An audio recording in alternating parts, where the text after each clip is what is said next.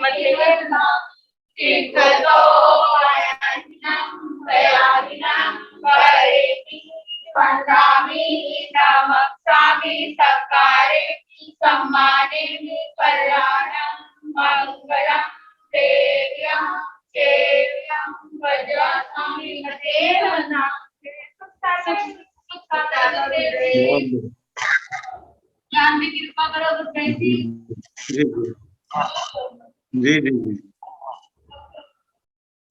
आगम की क्लास प्रारंभ हो।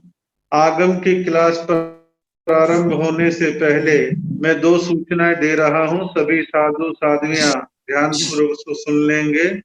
इंग्लिश की हमने बेसिक क्लास चालू करी थी वैरागी वैरागनों के लिए। वैरागी वैरागनों के लिए वैसे 4 क्लासें थी।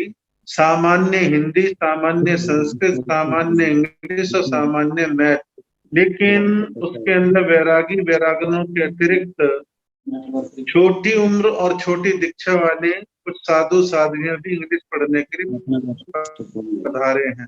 और आपको सूचित करते हुए हर्ष है, इस समय इंग्लिश की बेसिक क्लास के अंदर 88 वैरागी वैरागन और छोटे साधु साध्वियां पढ़ रहे हैं। अभी भी नाम आ रहे हैं, तो इसमें सभी साधु साध्वियों से निवेदन है कि बेसिक में किसी वैरागी वैरागन या छोटे साधु साध्वियों को जिनका इंग्लिश का बिल्कुल भी बेस नहीं है, तो वो अभी भी 1 दिन के अंदर आर के जैन साहब को अपना नाम लिखवा दें, नाम रजिस्ट्रेशन करा दें, ताकि सारी क्लास स्मूथली चलती रहे, आगे पीछे ना हो। तो इस सूचना को आप तो सुन ही रहे हैं, जो यहाँ नहीं है वो भी जानना चाहते तो उनको भी आप सूचित कर सकते हैं। तो इंग्लिश की और हिंदी की बेसिक क्लास के लिए आप अभी भी शीघ्र अपना नाम लिखवाएं। अब मैं निवेदन कर रहा हूं, आगम ज्ञाता उपाध्याय प्रवर श्रद्धे श्री जितेंद्र मुनि जी महाराज साहब लगभग 400 साधु साध्वियों को अपनी आगम की वासना प्रदान करने की कृपा करें।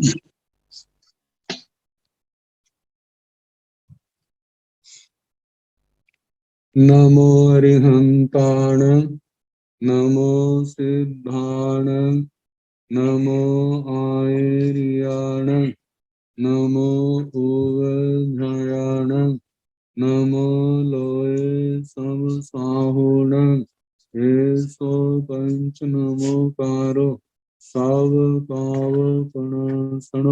मंगलानंत सम्मेलन परमं हवै मंगलम। जिन शासन जिन वाणी सदा जयवंतु, श्रवण संग सदा अविचल मंगल हो। मुक्ति को प्राप्त श्रमण भगवान महावीर स्वामी, उनकी परम पावन कल्याणी भागवती वाणी वाचक प्रमुख श्री इंद्र भूति गौतम आदि गणधर भगवान युग प्रधानाचार्य परम पूज्य श्री सुधर्मा स्वामी जी महाराज, उनकी परम पावन पाठ परंपरा वर्तमान आचार्य ध्यान योगी परम पूज्य श्री शिव मुनि जी महाराज एवं गुरुजन सबके पावन चरण सरोजों में मेरा अनंत अनंत बार वंदना नमस्कार। इस आगम परिषद में विराजमान वरिष्ठ मुनिराज, अन्य मुनिवृंद, आदरणीय भगवती महासाध्वियां जी, श्री आवश्यक सूत्र की वाचना प्रारंभ है। कल दूसरा अध्ययन चतुर्विंशति स्तव प्रारंभ किया था। 24 तीर्थंकर भगवंतों का स्तव, 24 तीर्थंकर भगवंतों का ध्यान। प्रथम आवश्यक में सामायिक का वर्णन आया। जय सामायिक तीर्थंकर भगवान जो जन्म जन्म के इस सामायिक के साधक,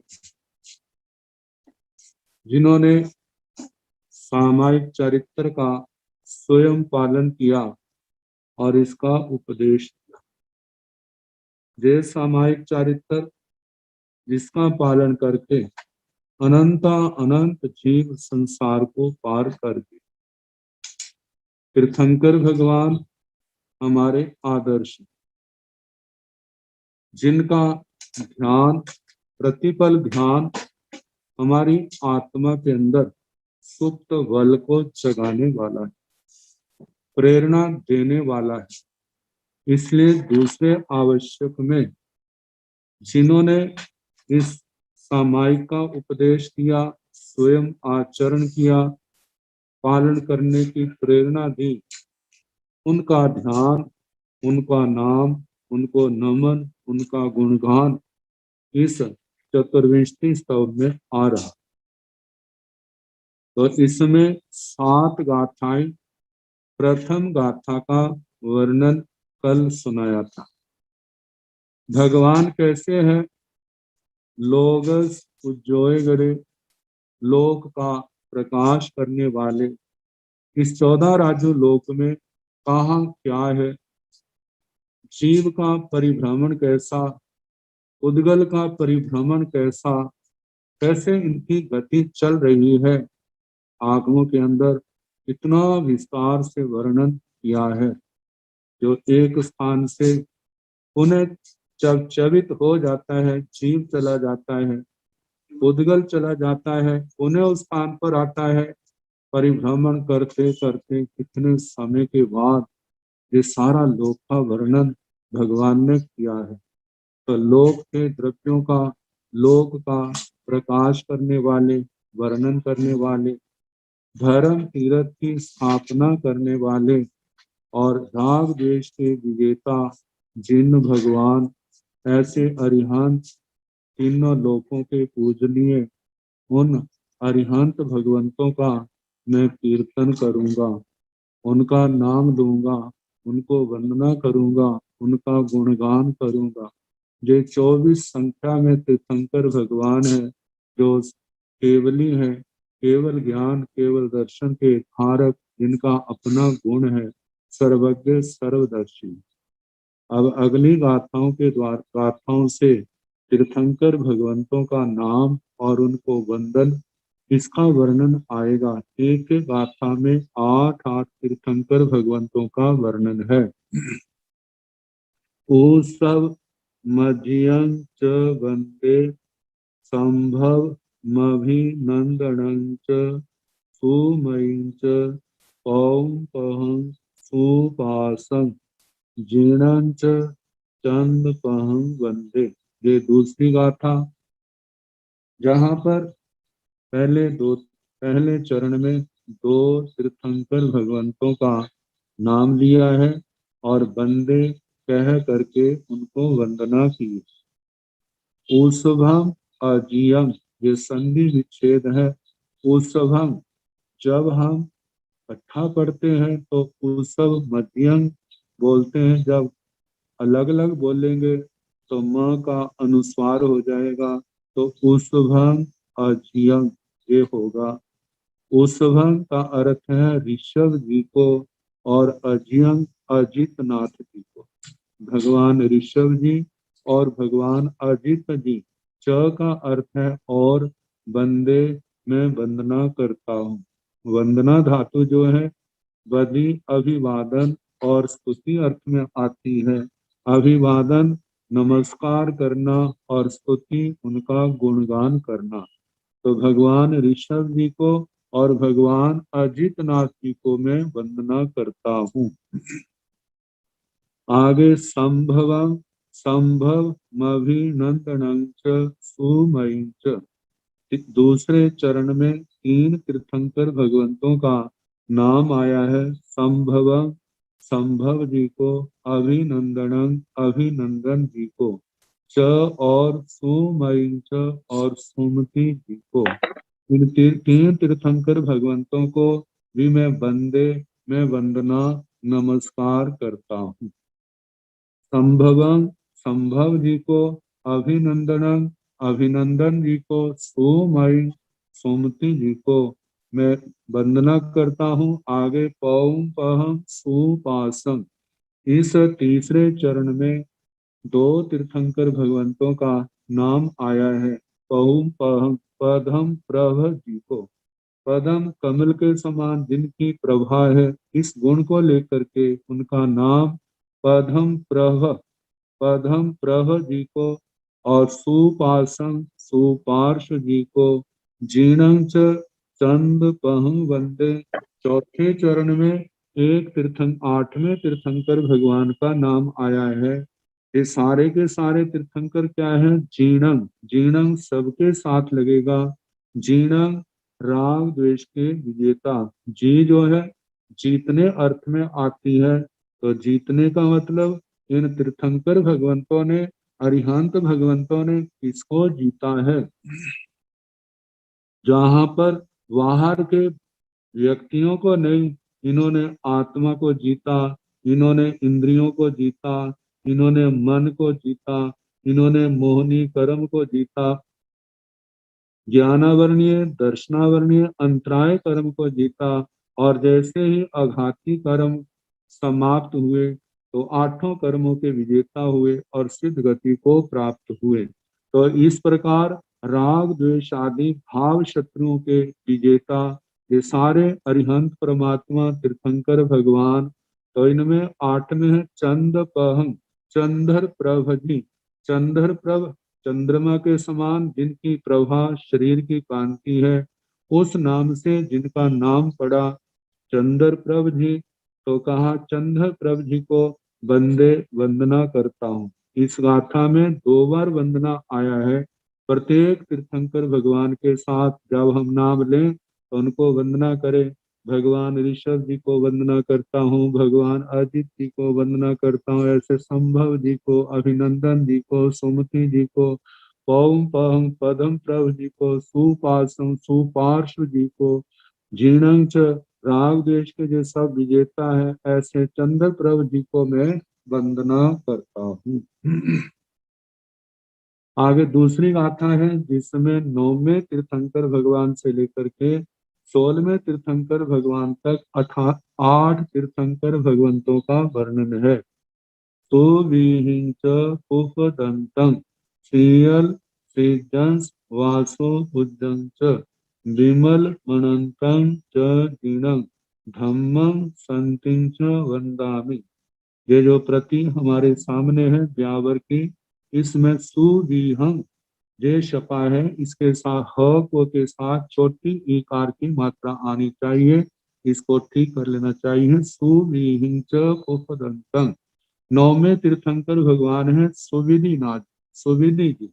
च का अर्थ है और उपदंतम पुष्प दंत, पुष्प दंत जिनका दूसरा नाम है ऐसे भगवान सुविधि जी को वंदना करता हूँ। सीयल सीजंस वासु पूजं च।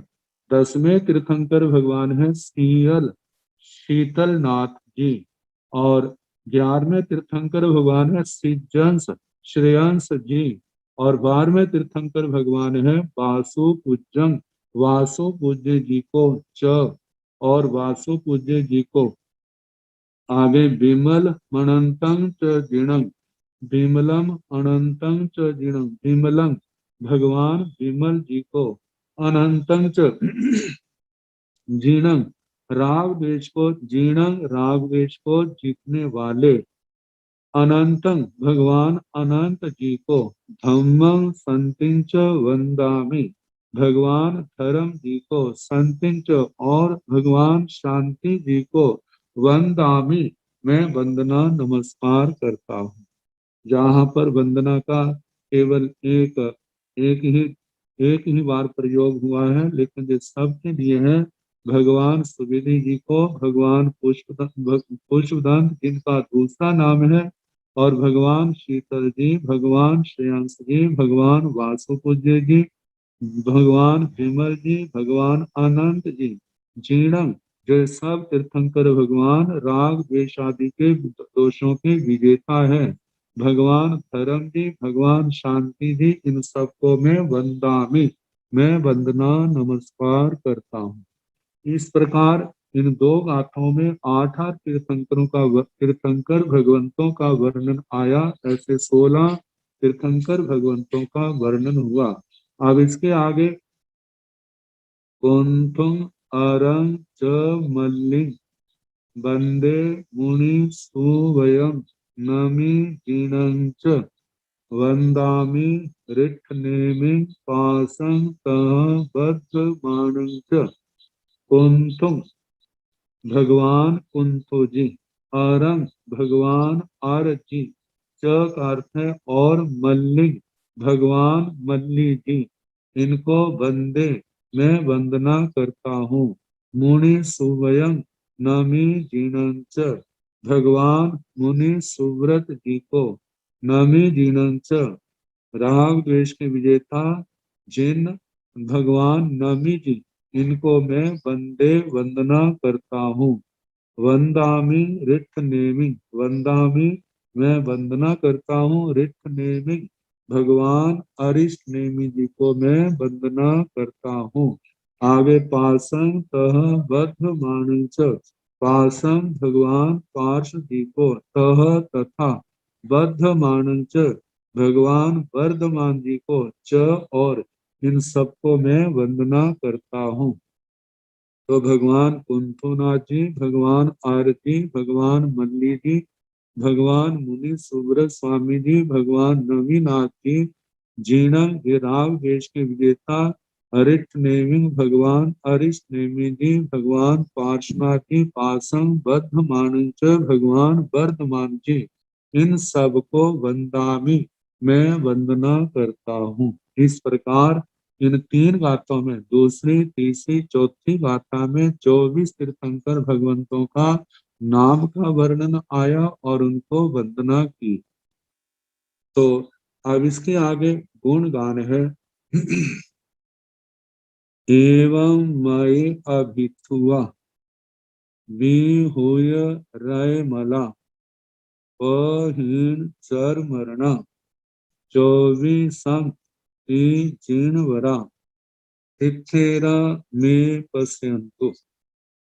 एवं इस प्रकार मैं मेरे द्वारा अभिथुआ अभिस्तुत, अभिस्तुत का मतलब जिनकी स्तुति की गई है, जिनका गुणगान किया है, जिनको नमन किया गया है, इस प्रकार मेरे द्वारा जिनका अभिस्तवन किया गया वे कैसे है। विहूय रय मला, विधूत रज मला, जिन्होंने कर्मों की रज, कर्मों की मैल को धुन दिया है, दूर कर दिया, जिन्होंने कर्मों की मैल को दूर कर दिया है। पहीन चर मरना, जिनके जरा और मरण, जरा बुढ़ापा, मरण मृत्यु मतलब कर्मों के कारण से शरीर में आने वाले दोष हैं। अब शरीर ही नहीं तो जरा और मरण, रोग, शोक आदि कहाँ होंगे। इन समस्त दोषों से जो मुक्त है, ऐसे पहीण चर मरना, चरा मरण से मुक्त 24 संपी जिनवरा, जो संख्या में 24 है, ऐसे जिनवर जिनेन्द्र भगवान तीर्थेरा, धर्म तीर्थ की स्थापना करने वाले तीर्थंकर भगवान में पसीयंतु प्रसीदंतु, में मेरे ऊपर पसीयंतु, मेरे ऊपर प्रसन्न हो। भगवान तीर्थंकर भगवान वीतराग है, राग द्वेष के विजेता है। इनका किसी पर राग नहीं, किसी के प्रति द्वेष नहीं, ना किसी पर प्रसन्न होते हैं, ना किसी से नाराज होते हैं। लेकिन फिर भी स्तुति करने वाला प्रार्थना कर रहा है, अपनी भावना प्रकट कर रहा है, तीर्थंकर भगवान मेरे ऊपर प्रसन्न हो। कहते हैं जैसे जो भक्तों की भाषा होती है, भगवान मेरे ऊपर प्रसन्न हो, ऐसे ही पहले ही बताया था ये व्यवहार भाषा का रूप है कि तीर्थंकर भगवान हमारे ऊपर प्रसन्न हो।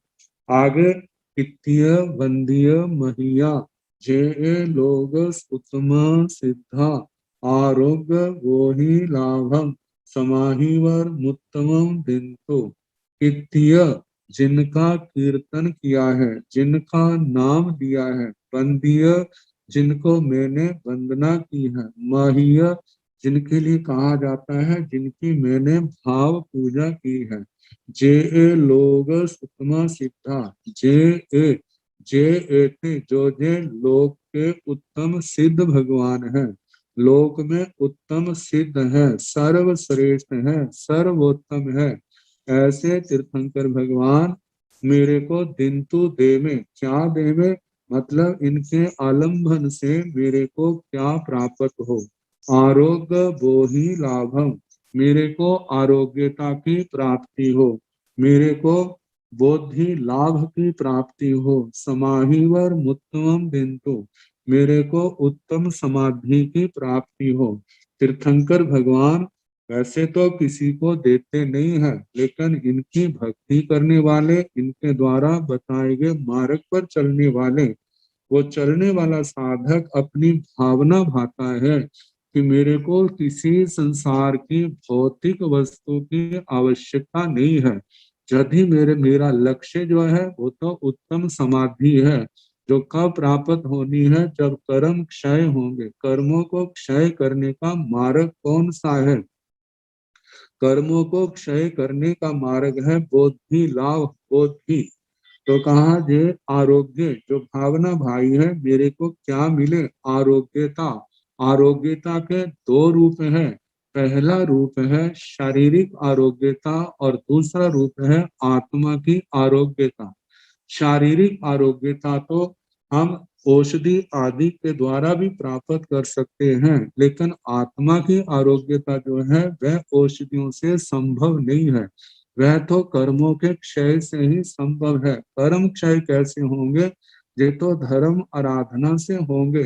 तो मेरे को आरोग्यता की प्राप्ति हो, भाव आरोग्यता की प्राप्ति हो, द्रव्य आरोग्य भी आत्मा के लिए धर्म आराधना में सहयोगी है। लेकिन जो महासत्व साधक है, वह शारीरिक रोग की चिंता ना करके वो धर्म आराधना में ही लगे रहते हैं, और उनको ये दृढ़ निश्चय होने के कारण आत्मिक भाव आरोग्यता कर्म के क्षय पर निर्भर है। इसलिए शरीर से निरपेक्ष होकर के वह आत्म शुद्धि की ओर ही तल्लीन रहते हैं, उसी और अपना ध्यान देते हैं। तो बताया है जे भाव आरोग्यता जो कर्मों के क्षय से प्राप्त होती है, और इस आरोग्यता के आगे जितने संसार के सुख हैं सब नगण्य है। जहाँ आत्म समाधि है, जितने जितने बड़े महापुरुष हैं जिनके आत्मा में जो भाव आरोग्यता है, तो शरीर का रोगीपना उनको किसी प्रकार से प्रभावित नहीं करता। अपने पंजाब में आचार्य भगवान पूज्य श्री आत्मा राम जी महाराज, जिनके संबंध में कहा जाता है कि कैंसर की पीड़ा से व्यथित थे, लेकिन जब लोग उनको पूछते थे भगवान साता है, तो उनका एक ही उत्तर होता था, मेरी आत्मा को समाधि है। डॉक्टर भी देखने आते थे, पूछते थे रोगी कौन है, तो दूसरे इशारा जब उनसे पूछा जाता, कहते मैं तो रोगी नहीं हूँ। कहते किसके लिए बुलाया गया, कहते जिन्होंने आपको बुलाया है उन्हीं से ही पूछो। जब उनसे पूछा जाता तो आचार्य जी की ओर ध्यान देते, कहते ये तो मेरे को बिल्कुल स्वस्थ दिखाई दे रहे हैं, इनके चेहरे के ऊपर कोई रोग के लक्षण नहीं है। तो ये सारी बातें किसका संकेत कर रही हैं, उनको भाव आरोग्यता की प्राप्ति थी। तो इतनी बड़ी बीमारी भी उनके लिए असमाधि का कारण नहीं बन रही थी। तो कहने का मतलब भगवान से भगत स्तुति करने वाला प्रार्थना कर रहा है कि मेरे को किसकी प्राप्ति हो, जो भाव आरोग्यता प्राप्त हो, जो कर्म क्षय के ऊपर निर्भर है। कर्म क्षय कैसे होंगे, उसका भी बोध होने के कारण से, उसका कारण है बोधि लाभ। बोधि लाभ क्या है, बोधि श्री स्थानक सूत्र के तीसरे ठाणे में वर्णन किया है, तीनिहा बोहि पणता, तीन प्रकार की बोधि है। तन जहा नान बोहि, दंसन बोहि, चरित बोहि, ज्ञान बोधि, दर्शन बोधि, चारित्र बोधि। ज्ञान बोधि, मेरे को सम्यक ज्ञान की प्राप्ति हो। आगे दर्शन बोधि, मेरे को सम्यक दर्शन की प्राप्ति हो। चारित्र बोधि, मेरे को चारित्र बोधि, मेरे को सम्यक चारित्र की प्राप्ति हो। चारित्र में ही जहाँ पर सम्यक तप का वर्णन आ गया है। कहते हैं ज्ञान तो प्रकाश करता है, दर्शन जो है विश्वास जमाता है कि ये मेरा मार्ग बिल्कुल सम्यक है, सत्य है, यथार्थ है। चारित्र बुद्धि जो है वह आने वाले कर्मों को रोकती है। कर्म आने वाले कर्मों को जो आश्रव है संबर के रूप में, संबर रूप बनता है, संबर की आराधना होती है, और सम्यक तप से पूर्व के बंधे हुए कर्मों का क्षय होता है, कर्म कटते हैं। तो इस प्रकार जो बोधि लाभ जो आत्मा के लिए अनंत उपकारी है, जो आत्मा के लिए परम कल्याणकारी औषधि है, कहा इस बोधि का लाभ प्राप्त हो। समाहि वरम उत्तमं, उत्तम जो समाहि वर समाधि वर श्रेष्ठ समाधि जो उत्तम हो, उत्तम श्रेष्ठ समाधि जो कर्मों के क्षय से प्राप्त होती है, किंतु दे में मतलब मेरे को प्राप्त हो। मेरे को संसार की किसी और भौतिक पदार्थ की आवश्यकता नहीं, कोई लोकेशना की, प्रतिष्ठा की, जश की, कीर्ति की कोई कामना नहीं। मेरे को ये आरोग्यता मिले, उत्तम बुद्धि लाभ मिले, उत्तम समाधि मिले, एक यही कामना है। अब इसके आगे तीर्थंकर भगवंतों के संबंध में फिर कहा जा रहा है, तीर्थंकर भगवान कैसे हैं।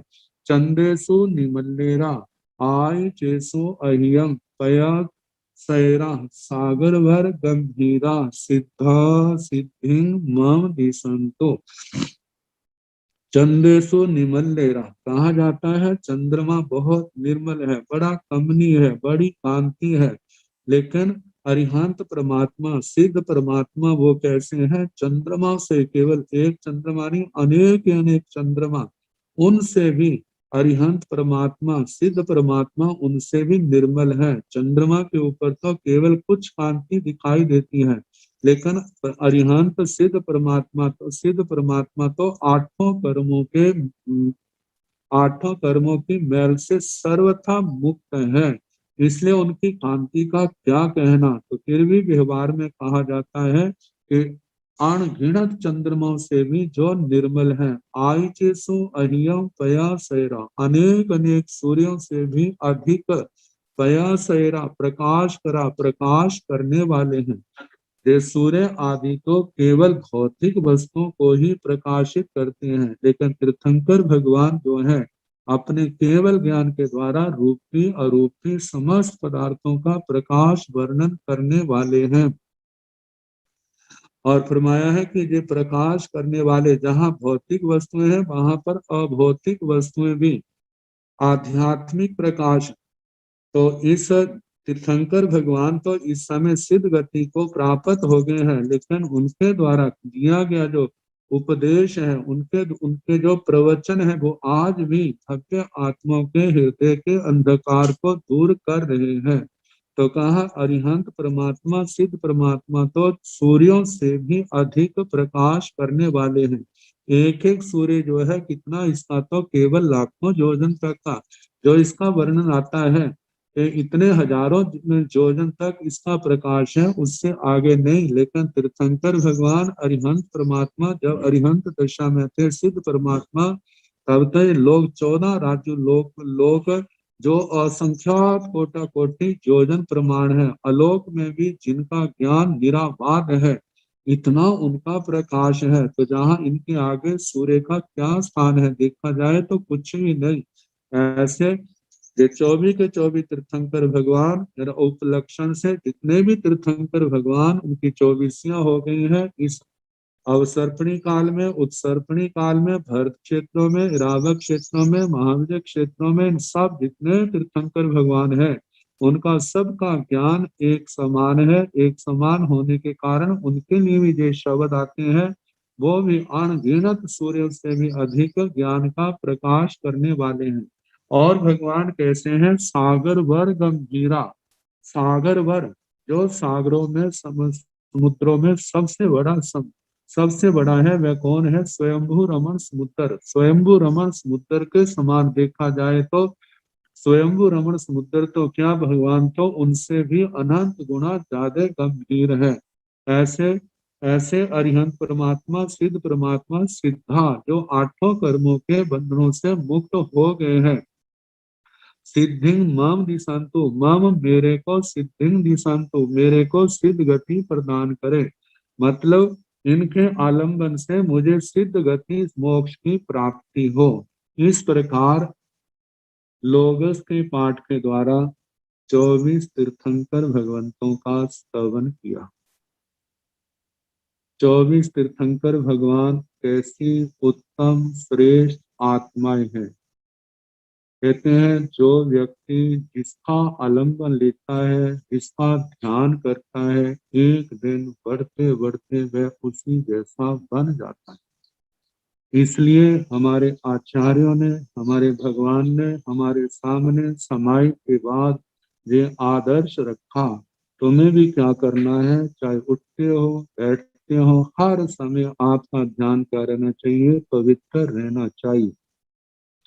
इन आत्माओं का ध्यान करना चाहिए, इन आत्माओं का गुणगान करना चाहिए, इनको वंदना नमस्कार करना चाहिए और भावना भानी चाहिए कि हे परमात्मा, मुझे भी सिद्ध अवस्था की प्राप्ति हो, मैं भी समस्त कर्मों को काट सकूं। लेकिन ये कटेंगे कब, जब हम इस अरिहंत परमात्मा के द्वारा जो बताया गया मार्ग है, इस मार्ग पर आगे बढ़ेंगे, संयम और तप की आराधना करेंगे, अरिहंत परमात्मा का गुण, इनका नाम लेंगे, उनको नमस्कार वंदना नमस्कार करेंगे, उनका गुणगान करेंगे। हर समय इनका हमें ध्यान रखना चाहिए। जानते हैं जितना हमारे रक्षक या जिनका हम ध्यान कर रहे हैं, जितना निर्मल हमारे जो साधन होंगे, हमारी सफलता भी उतनी क्या होगी, परिपक्व होगी, निश्चित होगी।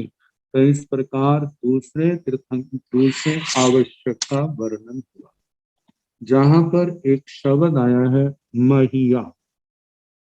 महिया का अर्थ दिया है पूजित, ज्ञानातिशय आदि गुणों के कारण सब प्राणियों के द्वारा जो सम्मानित। पूजा के दो रूप हैं, एक द्रव्य पूजा और एक भाव पूजा। द्रव्य पूजा के संबंध में कहा जाता है वो तो फूल आदि के कारण से है, इसमें सावध्य क्रियाएं होती हैं। लेकिन हमारे आचार्यों ने ही वर्णन किया है, साधु साध्वी धर्म ध्यान करे। लेकिन हमारी परंपरा ने जो धर्म ध्यान का रूप बताया है वो पूर्ण ध्यान निर्वध्य, जहाँ पर किसी जीव की हिंसा ना हो, और वो यदि पूजा है तो वो यही है कि हम 18 पापों का त्याग करें। क्योंकि कहा जाता है भगवान की पूजा, भगवान के भगवान के उपदेश की आराधना करनी, भगवान की आज्ञा का पालन करना, ये क्या है? ये भाव पूजा है। इसके संबंध में, भाव पूजा के संबंध में एक महान आचार्य श्री हरिभद्र जी ने भाव पूजा के उपयोगी फूलों का वर्णन किया है। वो क्या है?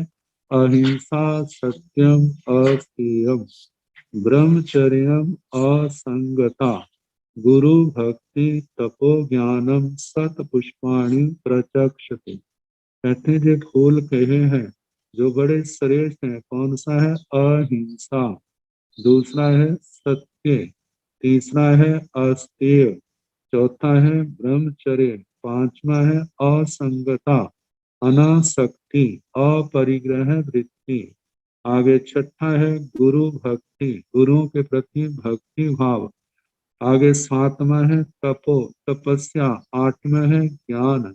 ये जो है प्रत्येक पुष्प जीवन को महका देने वाले हैं। जानते हैं कोई भी सदमस्त व्यक्ति भी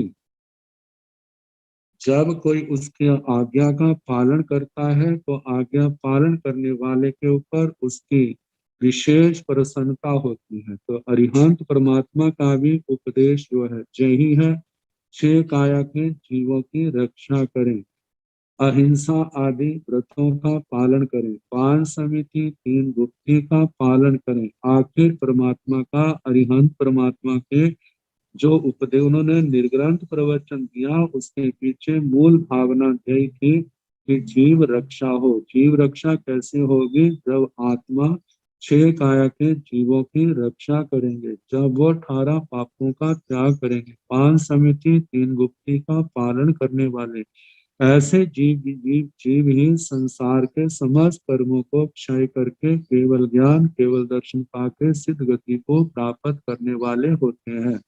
तो जहाँ पर पूजित जो भव्य आत्माएं हैं, भगवान की पूजा भगवान की आज्ञा का पालन करके करती हैं। तो ये कितनी वंदनीय महिला जो है, इन्हीं शब्दों के साथ भगवान के नाम का कीर्तन करना, गुणगान करना, उनको वंदना करना और उनके आदेश का, उपदेश का सम्यक प्रकार से पालन करना, यही भगवान का क्या है? सत्कार है, सम्मान है। भगवान को और किसी पूजा आदि की आवश्यकता नहीं है।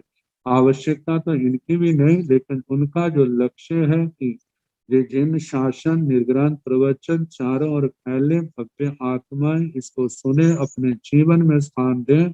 जो जीवन में स्थान देंगे उनके एक दिन समस्त क्लेश खत्म होंगे, समाप्त होंगे, कर्मों के बंधनों से आत्माएं मुक्त होंगी और वो भी आत्मा एक दिन हमारे ही समान बन जाएंगी, जन्म मरण से सदा सदा के लिए मुक्त हो जाएंगी।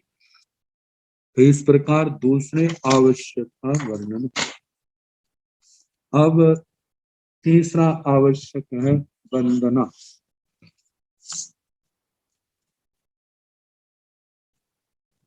हमारे मूल उपदेश का अरिहंत भगवान, हमारे गुरुजन, उनका हमारे ऊपर अनंत उपकार।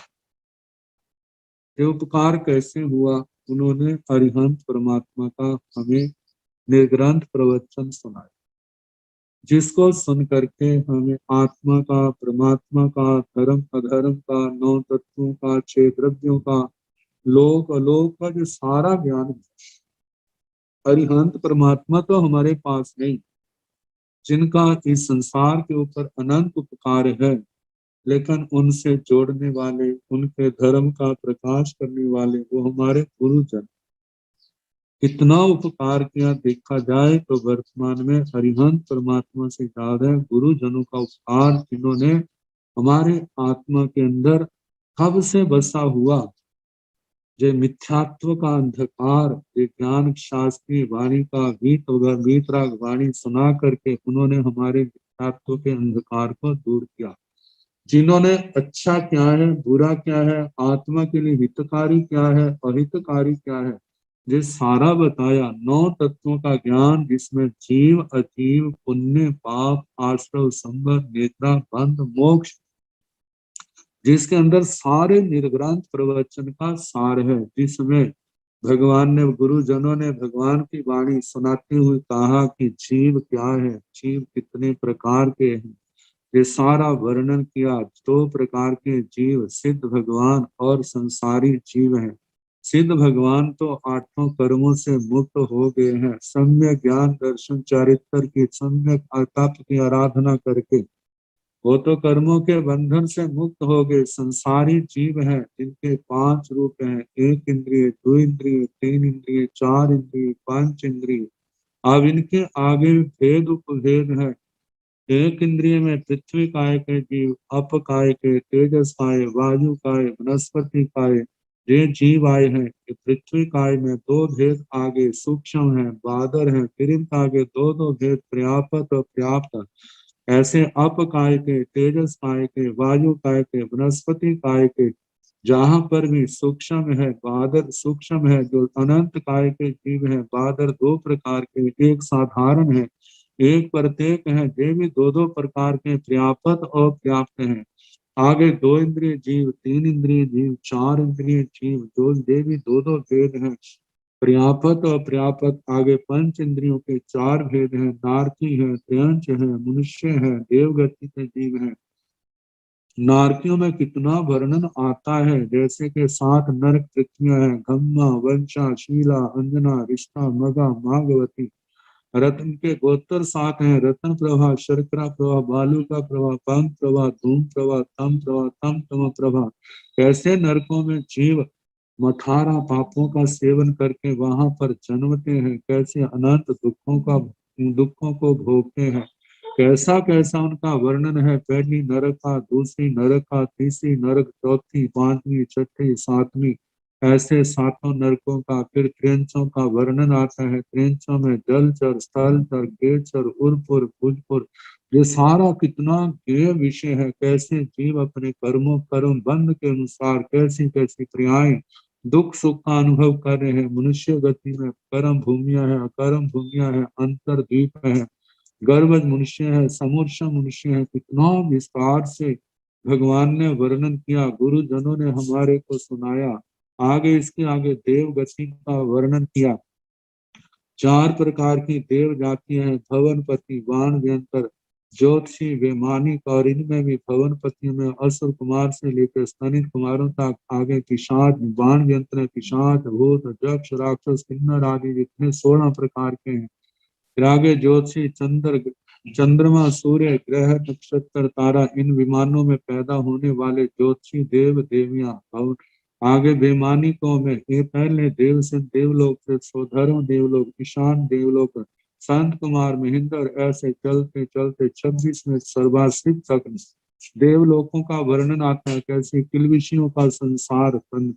फिर आगे लोकांतिक देवों का संसार कितना विस्तार से वर्णन किया है। आखिर ये सारा ज्ञान इन्होंने कराया, गुरुजनों ने बताया।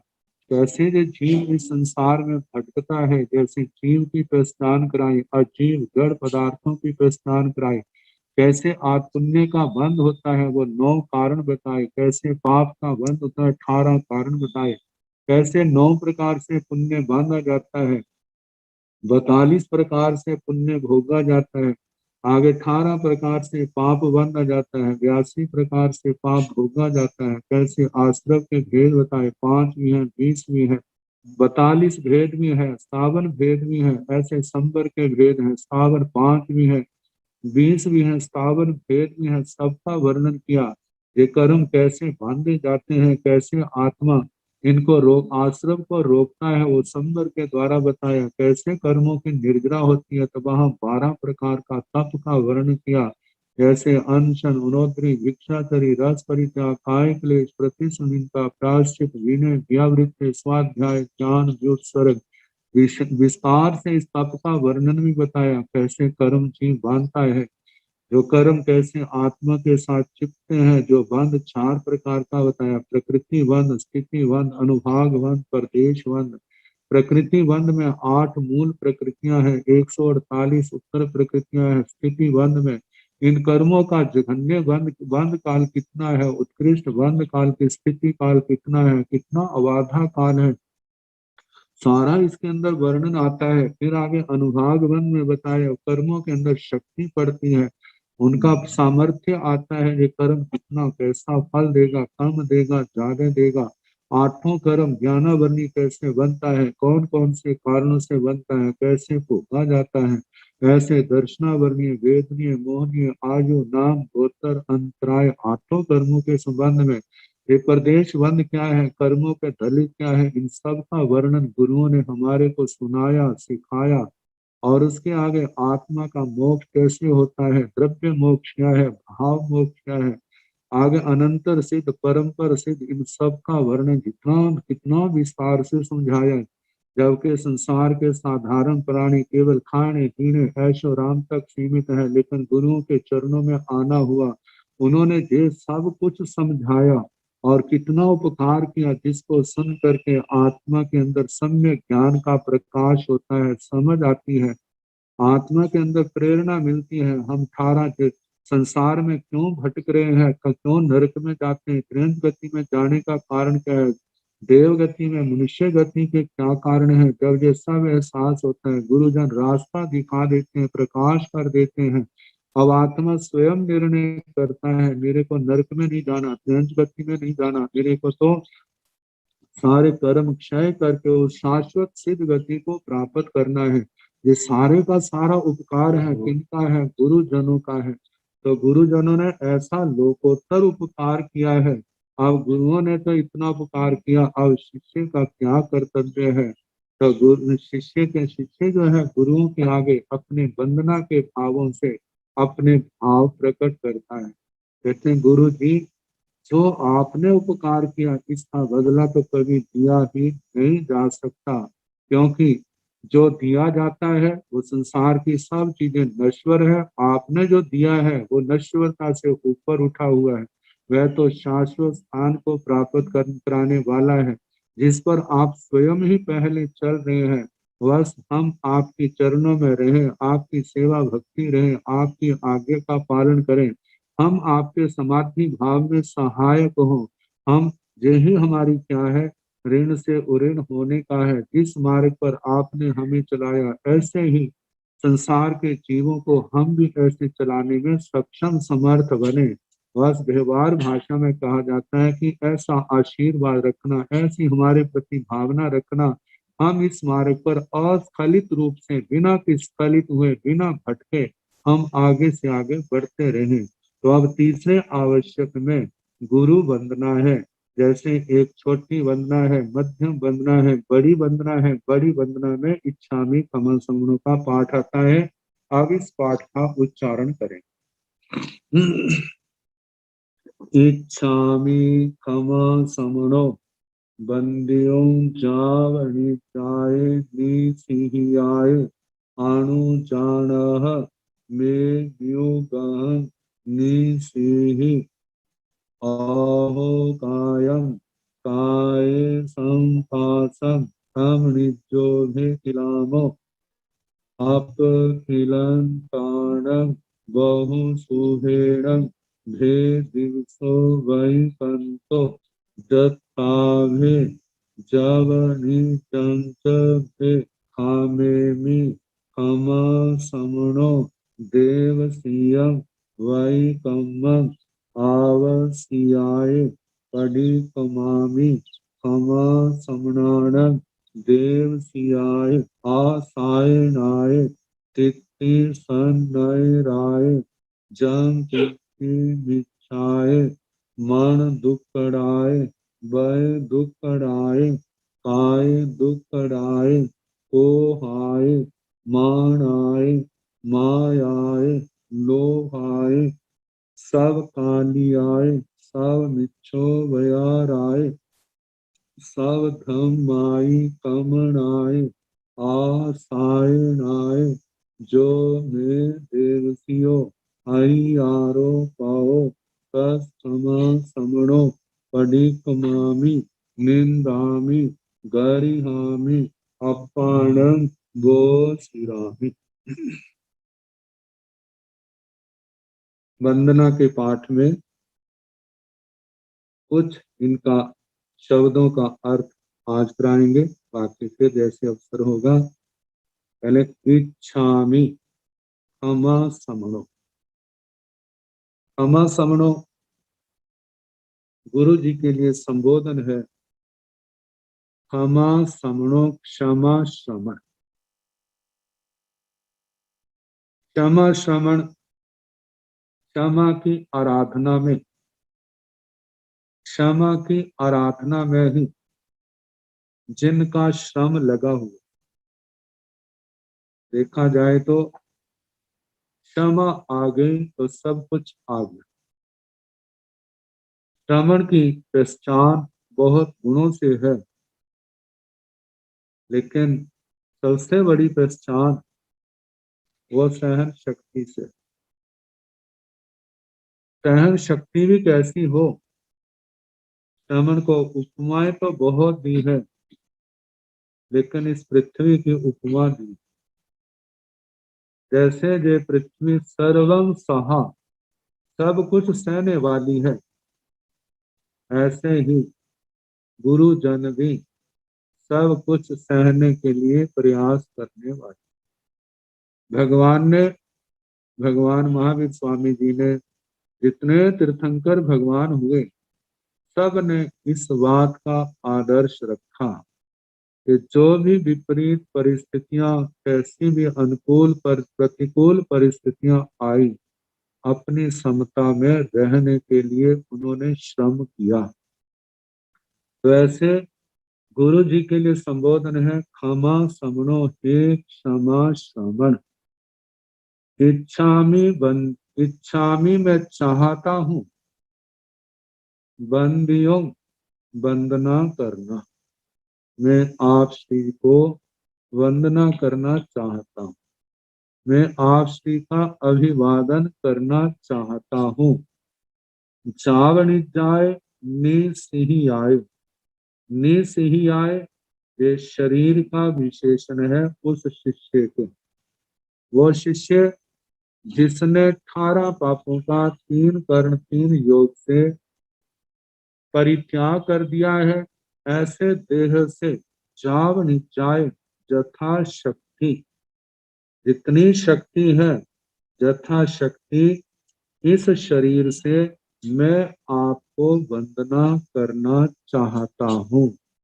जे शिष्य ने अपने गुरुओं से आज्ञा मांगी है, तो वंदना करने के लिए उसने गुरुओं के पास आना है। तो कहा जाता है, जितना अवग्रह गुरुजनों का होता है, गुरुजनों के पास आना है, तो उस अवग्रह में बिना आज्ञा से नहीं जाना। तो आज्ञा मांगता है, अनुजानः मे म्युगः, अनुजानः हे गुरुदेव, हे क्षमा श्रवण, अनुजानः मेरे को आज्ञा दे। मेरे को म्युगः मितावग्रह, आपके इस अवग्रह स्थान में आने के लिए थोड़े से स्थान की मेरे को क्या दे, आज्ञा दे। निसिहि अहो कायम काय संपासम, जब गुरुजनों ने कहा, उन्होंने कहा अनुजानः मुझे आज्ञा दें, गुरुजन कहते हैं अनुजानामि मैं आपको आज्ञा देता हूँ। ये अनुजानामि ये पाठ इस पाठ में नहीं है, लेकिन आचार्यों ने इस सूत्र की व्याख्या करते हुए इन शब्दों को साथ में जोड़ा है। जब गुरुजन आज्ञा देते हैं अनुजानामि मैं आज्ञा देता हूँ, अब इसके आगे शिष्य जो है अवग्रह में प्रवेश करता है, प्रवेश करके कैसे वो चरणों को हाथ लगाएगा, मस्तक लगाएगा, इसका वर्णन फिर जैसे समय होगा सुनाने का प्रयास किया जाएगा। छोटी छोटी सूचनाएं ध्यान देंगे। बेसिक इंग्लिश की क्लास में फिलहाल 88 विद्यार्थी अध्ययन कर रहे हैं, जिसमें वैरागी वैरागन है और कुछ छोटी उम्र और छोटी दीक्षा वाले साधु साध्वियां हैं। सभी अच्छी मेहनत कर रहे हैं, फिर भी किसी को अभी एडमिशन नहीं मिला है तो वो अभी भी आर.के. जैन साहब से संपर्क करें, चाहे वो वैरागी वैरागन है चाहे छोटे साधु साध्वी हैं। बार बार नाम आगे पीछे आएंगे तो थोड़ा सा अव्यवस्था बन जाती है, इसका सभी ध्यान रखेंगे। और इंग्लिश और हिंदी में प्रवेश जारी है, आप वहां पर अपना प्रवेश प्राप्त कर सकते हैं। आगम की क्लास के प्रारंभ में एक वीडियो चलता है जो कि हमारे श्रमण संघ की स्तुति है। सन 1987 के पूना सम्मेलन के आसपास के समय में श्रमण संघ के महामंत्री श्री सौभाग्य मुनि जी महाराज कुमुद ने उसकी रचना रची थी और लगभग 1.5 महीना पहले मैंने उसको स्वरबद्ध और संगीतबद्ध करवाया था। और मैं ऐसा चाहता हूं कि हमारे साधु साध्वियां चातुर्मास काल में रविवार या सप्ताह में कोई एक दिन इस स्तुति को अपने प्रवचनों में बोला करें। ये स्तुति लिखी हुई छपी हुई आपके पास होगी, नहीं होगी तो आपको उपलब्ध करवा सकते हैं। इसका आप विशेष तौर पर ध्यान रखेंगे। कल रविवार है, छुट्टी का दिन है, परसों इसी प्रकार की क्लास चलती रहेगी और सब इसी प्रकार क्लास में उपस्थित होते रहेंगे। आज हमारा और आप सभी का सौभाग्य है और कक्षा में उपस्थित जितने भी साधु साध्वी उनकी ओर से मैं आप सबकी ओर से वंदना अर्ज कर रहा हूँ। श्रमण संघ के भीष्म पितामह है तपस्वी रत्न श्रमण संघ के सलाहकार पूज्य श्री सुमति प्रकाश जी महाराज, उनके पावन चरणों में वंदन नमस्कार है।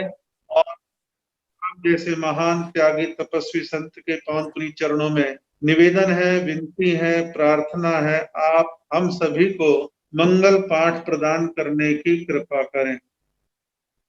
मंगल पाठ नमो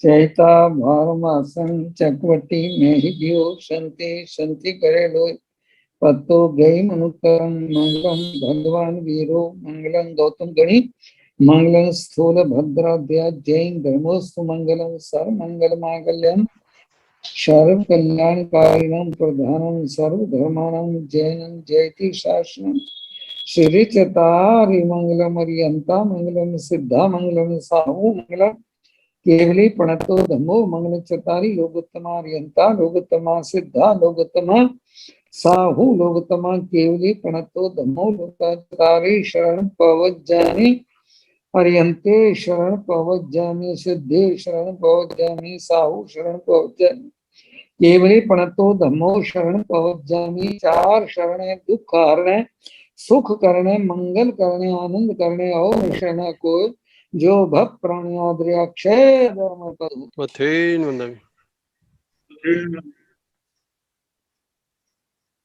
देवंदो